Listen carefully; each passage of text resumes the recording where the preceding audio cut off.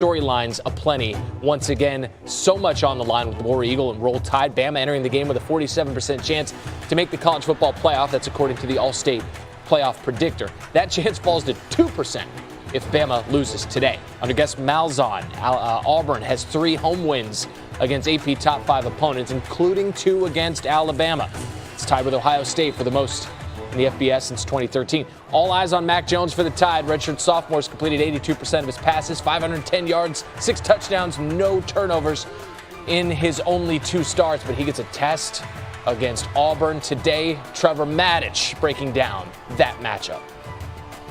As Auburn studies Mac Jones on tape, they won't be impressed with his flashy numbers. Instead, they'll see opportunities to exploit. For example, this play looked beautiful on television, but Auburn will sit in the meeting room and think, please do this against us.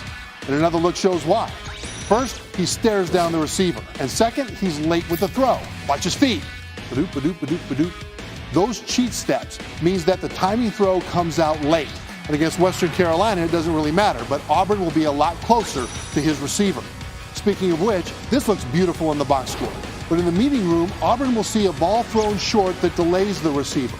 And they know they'll be a step closer than this Arkansas defender was, in position to either knock it away or intercept it. Now, recognition. This can't possibly be Mac Jones' fault, right?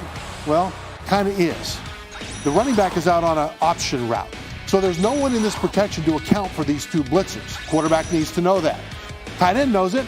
He runs down and gets in position for a quick throw to beat that blitz. But Jones is still waiting for the option route to develop, unaware of what's happening behind it. He's not on the same page with his protection. Now, Jones has the talent to be a hero in this game. But in order to pull it off, he's got to speed up his recognition and tighten up his timing and accuracy, because this is a major step up in competition. All right, Trevor Matich, thank you, sir. Tonight after Arizona and Arizona State, Stan and Neil, they're going to have the best college football rivalry week reactions, plus our college football playoff expert, Heather Dinich, detailing which teams will make the playoff. And we break down Hawks, Rockets, Trae Young, James Harden. SportsCenter after the college football duel in the desert on ESPN and the ESPN app. Here's a big story from the NFL. Arizona Cardinals cornerback Josh Shaw has been suspended indefinitely for betting on NFL games. It's the first time in 35 years a player has been banned for gambling. Shaw's been on the injured reserve. He's not played in a game this season. The NFL's investigation says it found no evidence that Shaw used inside information or that anyone from the Cardinals was even involved or aware of Shaw's betting. Now, the NFL policy on gambling goes like this. All NFL personnel are prohibited from placing, soliciting, or facilitating any bet, whether directly or indirectly, through a third party on any NFL game, practice, or other event. This includes betting on game outcomes, statistics, score performance of any individual or participant of any kind of prop bet on which wagering is offered. All right, back to the NBA. When we come back, Lakers' hot start continuing as LA caps off a now double-digit win streak. Hear LeBron tell you why he's merely focused on the next team up. I'm some sanctimonious troll, and where, you've never been fair or even-handed with us, so I really don't care what you think. Okay, go ahead, because you're going to write some nasty stuff anyway, like you always do. And I don't know which coug way back when did something that offended you, and I really don't care about that either. But you can live your little meager life in your little hole and write nasty things, and if that makes you feel even, you go right ahead. Okay, next. What was that? I don't know.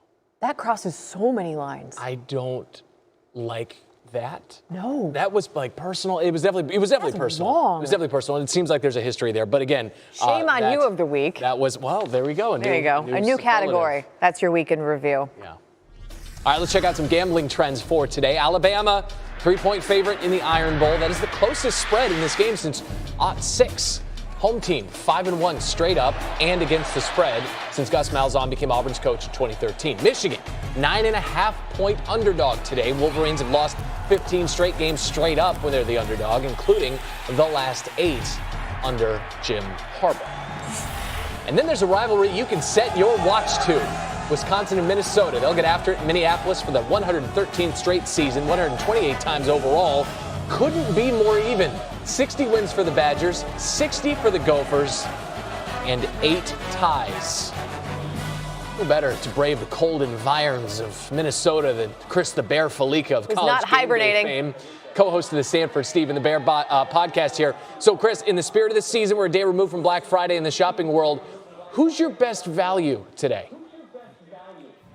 I think it's Iowa State. This number's actually fallen to 4.5. And the Cyclones have a game that travels on the road. They've played some of their best football of the season on the road with Brock Purdy, who can run and throw, and a defensive-minded team that has played well, like I said, on the road this year. This is a Kansas State team that lost to West Virginia the last time it played on its home field. I think people are still thinking Kansas State was a team that upset Oklahoma about a month ago or so. But I think Iowa State's the better team, and I'm a little surprised that this number continues to fall. All right, what about an underdog you like? I love San Jose State today. They initially were favored. They've been bet to an underdog, and I don't get it at all. Fresno State's a team that lost as a double-digit favorite on its home field to Nebraska last week. San Jose State, this is progress for them. Nearly beat Boise State, nearly beat Hawaii, who were playing for the Mountain West title. This is a team that won 1 game in 2 games the last 3 years combined. 5-7 is a massive step forward. Josh Love, I think, has a huge game at quarterback, and I like the Spartans to win outright today. You got to keep an eye on those lines. It just happened with Virginia. Installed as a favorite, bet to an underdog, and they win outright. All right, what game are you staying away from, Bear? Miami Duke has all of the look of a stay-away game for me. Nobody has been a more terrible favorite than the Hurricanes this year, who have lost 3 times as a favorite of at least 14 points. I think the last 13 times they've been a favorite totally. They've lost 8 of those games on the field. Duke's season has completely turned since they upset Virginia Tech way back in September. I can't believe David Cutcliffe's team has gone in the tank like this. If you can figure out who's going to show up today, you're a much better prognosticator than I am. Doubtful, but what about an underdog to avoid? Maybe an underdog who's getting too much attention, too much love, or we call it a dog with fleas. I think people are thinking that Steve Adazio's team in Boston College needs the game to get to a bowl, but Pitt was completely embarrassed last week, and typically under Narduzzi, every time they play a bad game, they tend to bounce back the following week. I have zero confidence in the Boston College defense to stop the Pitt running game, the Pitt offense. I think Pitt at home today is probably the right side of that game. All right, much more from Chris the Bear Felica coming up on College Game Day, 9 a.m. Eastern from ESPN, where that crowd may be cold, but they're going to be loud in a few minutes. Thank you, Chris. Look, this crown has been on my head for a while now. Yeah. The jealousy is real because there have been a lot of hurt words thrown at me. A lot. You guys tried to adjust my But it's okay. win-loss record. Just remember what Queen Elizabeth I once said. Men fight wars. Yeah, they do. Women win them. And Georgia is going to do some winning today. They're going to do it by allowing no more than 15 points to Georgia Tech. Nice tree branch again. I, for one, was stunned that your Bama pick against Western Carolina came through for you last week. All about strategy. I'm going to pick a Bama game myself. Give me the under in the Iron Bowl. 49.5 seems too high for an unproven quarterback in Mac Jones against a great defense and a little bit of a shakier quarterback Bo Nix here in the second half of the season. That thing is going to look ridiculous on my head, my mascot-size head, because that's designed for an average-size human head.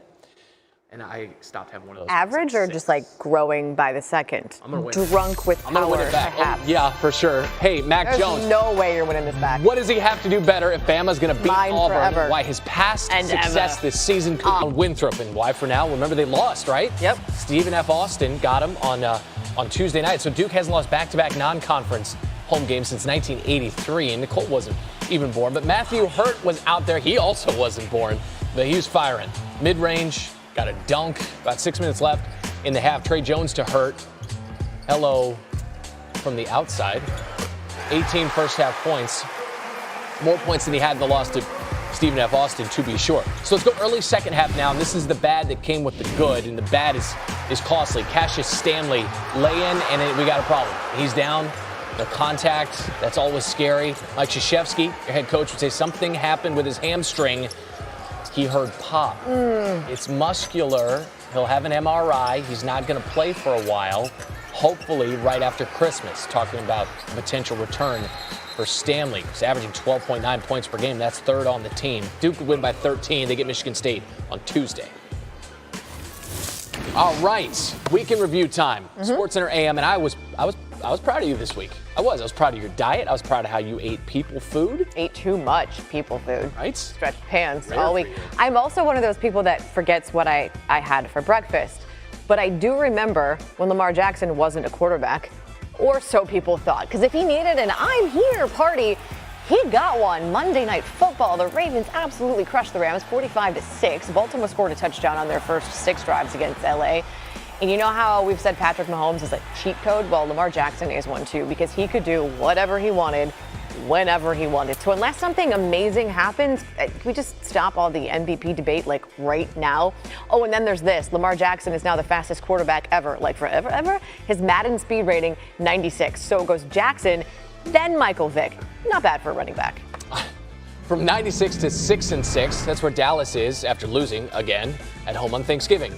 Again, the 9-3 Bills dominated Dallas at Jerry World Thursday. Josh Allen ran for a score, threw for another. Dak Prescott lost a fumble and threw a pick in the loss. Could lead to a coaching change for a team and for an owner in Jerry Jones, who's been critical of his head coach. And that change may come one day, just not now. Jones said after Thursday's loss, when I get up in the morning, I can always look for ways to help our team. One of them is not a coaching change. Meanwhile, in New Orleans, the Saints are already celebrating a division title courtesy of their win over the Falcons Thanksgiving night. Here are a few highlights, or lowlights if you're Matt Ryan, because he was the recipient of that brutal stiff arm. He was also sacked 9 times. And Taysom Hill was the definition of toddler style because he blocked a punt, he ran for a touchdown, and he caught one.